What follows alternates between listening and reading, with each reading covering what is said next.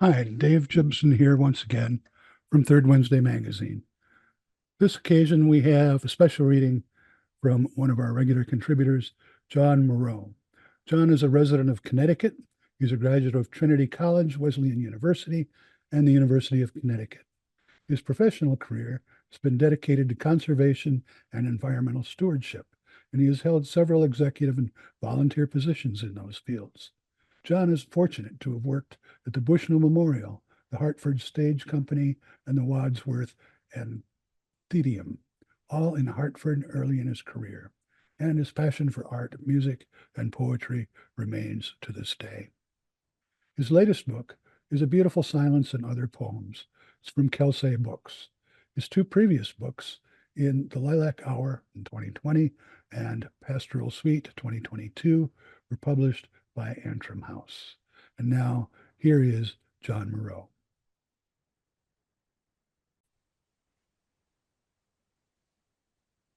Hello, my name is John Muro, and I'm pleased to be able to read a selection of poems from my most recent book, A Bountiful Silence, and my thanks to David and Third Wednesday. The book, A Bountiful Silence, was published in 2025, and it consists of three sections: the seasons, the sea and sky, heart and hands, and I chose a few poems from each section to read, and I hope you enjoy them. The first poem, representing the seasons and specifically spring, is entitled Goldfinch, and it first appeared in the Valparaiso Poetry Review. Goldfinch. But for the downpour of yellow that suddenly appeared without sound, where scrub pine stumbles into a field of upturned stone and high grass, there was little else to hold me to that place. The bird's brilliance resembled a shock of summer that had somehow been misplaced or discarded and left to weather upon the lower branch, brushed by a breeze I could not feel nor hear, as it remained motionless while rising and falling like the flames inside some distant lantern. And so, with fewer hours before me than behind, I paused, grateful for the bird's abilities to heal an aging heart on a day that had been destined to forgetting, while, as sometimes happens, the sky built itself back into a bountiful nest of blue, and a cold sun glazed the skeletal limbs of a leafless birch. The next poem, on behalf of summer, is entitled Becoming, and this first appeared in the journal Mariah. I stand here, but am not here, adrift in summer air, a kind of sleep, soundless, yet able to hear the birds ambush darkness with song and resurrect a world graciously given, where all is unveiled in spectral splendor, while the heart expands with wonder. A choir in each cough of wind, the rupture of fragrance from each swollen blossom that astonishes and agitates the soul, and the way random miracles gather, some cupped in the well of my hand, others eye distant, peripheral enough to convince us to lean empty and closer in, like a balsa tree, more air than wood, its honeycomb body traversing the undergrowth with lightsome ease, and a weightless want that propels it beyond the threshold of a luminous canopy, where in supplication its lush sprawl greens a distant heaven. The third poem of the season section reflects fall. It's entitled Bloodgood Maple, and this poem first appeared in Sky Island. Bloodgood Maple. How their branches seem to extend without burden in the lengthening light, their star-shaped leaves of deepest burgundy weightless, more formed in texture, surrendering to autumn air in such a way that it's difficult to discern where leaf tip ends and shade begins, until, wind jostled, they flutter like wisps of cordovan dust out into a blue expanse of emptiness, traversing the chasm between having been and soon becoming, showing us a way forward, letting go without regret or anguish, and knowing this world will be made whole again from those very things that have been taken or freely given. And the final poem from the section entitled The Seasons, reflecting winter, is Restoration. And this poem first appeared in green ink. Restoration. Wanting for warmth, evening's wonderstruck, and is folded in upon itself. And in the darkness, snows falling in deafening silence, flake upon frenetic flake, laundering the ear with a will to soften the earth's hard edges and bring abundance and beauty back into this world, obliterating bleakness, ghosting the landscape, rounding out the wide wounds that wish to hold it, while windless hands in hushed assembly rebuild stacks of firewood, raise snow-capped roofs, level tilted porches, and add heft to doorsteps, bordered by evergreens and the thin topmost branches of leafless shrubs. And in the farther field, a few boulders remain, exposed just above the bluing drifts like heifers, foraging for thin winter grasses, when a stream of light from somewhere beyond my line of sight leaks through the darkness, slowly revealing the world's second better self, just returned from the afterlife, stark and still and miraculously luminous. The second section of A Bountiful Silence is entitled Sea and Sky, and this is the poem upon which the title of the book is based. It's entitled A Bountiful Silence, representing the Sea and Sky section, and this poem was first published by Sky Island. A Bountiful Silence. It is the in-between hour when daylight slowly turns to lose itself in the embrace of evening.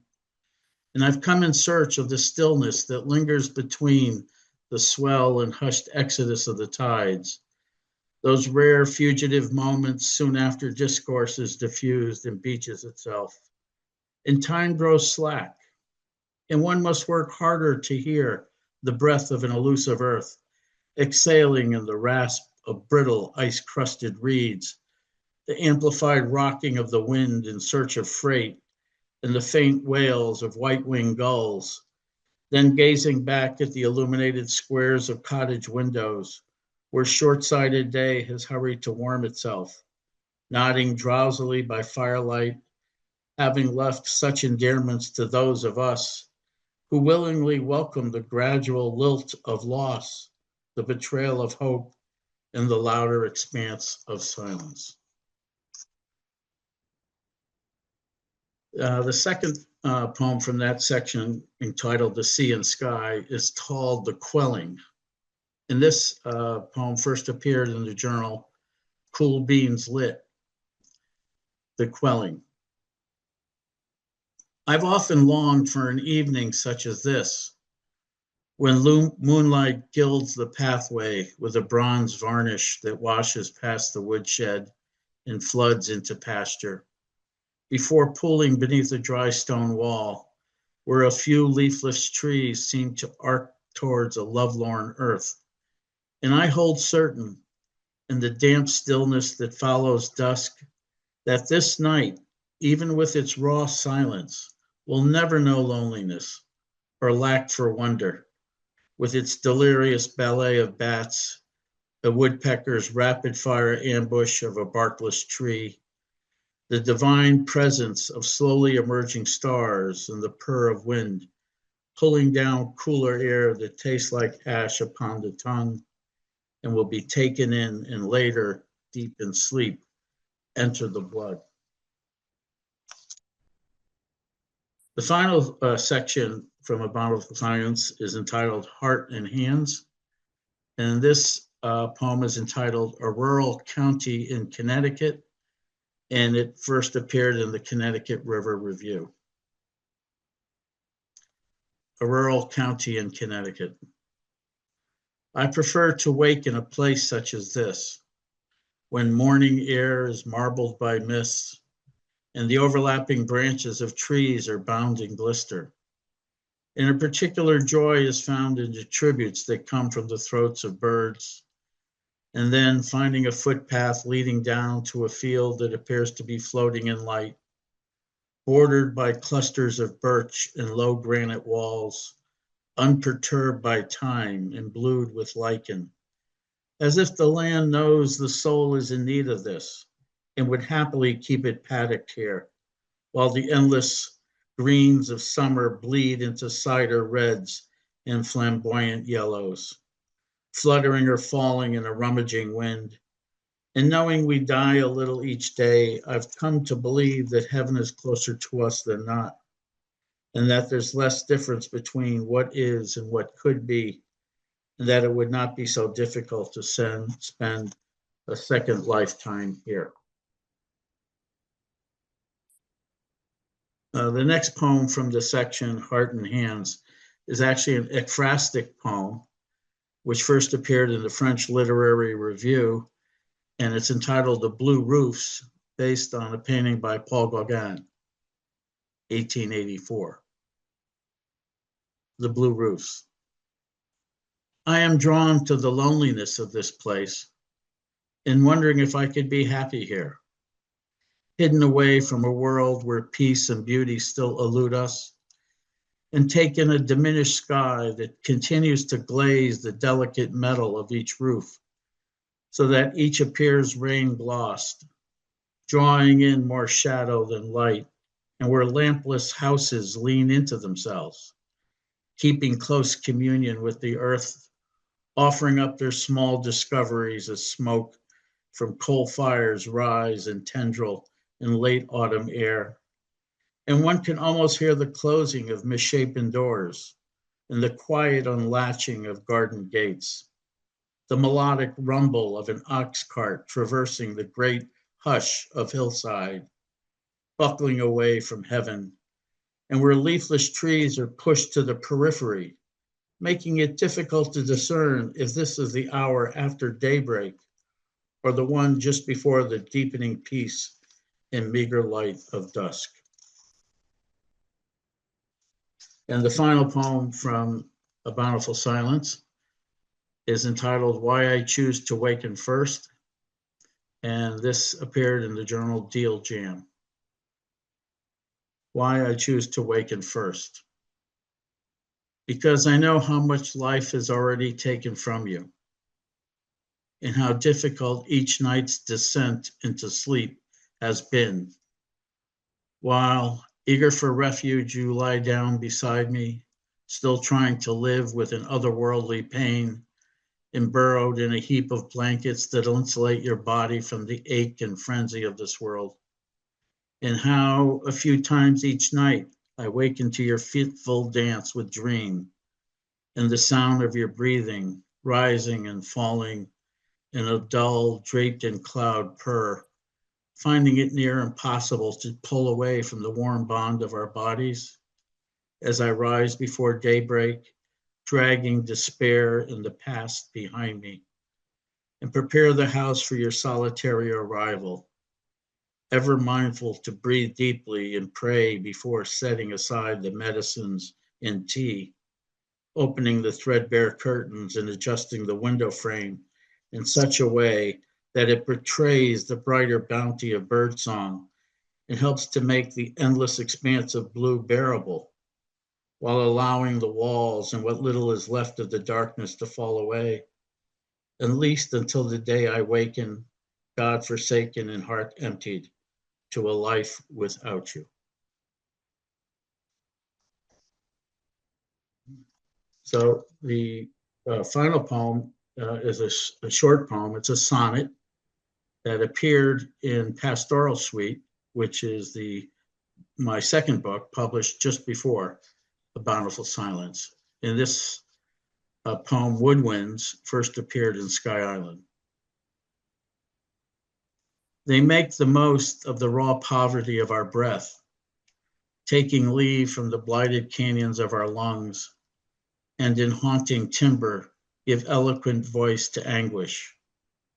Barely able to hide their sadness, they make visible the holes in our hearts, are bent towards darkness, and the beautiful blemish of afflictions that often come upon us, like a sudden abundance of dusk, rising through a narrow embouchure or the moist lip of a wooden reed.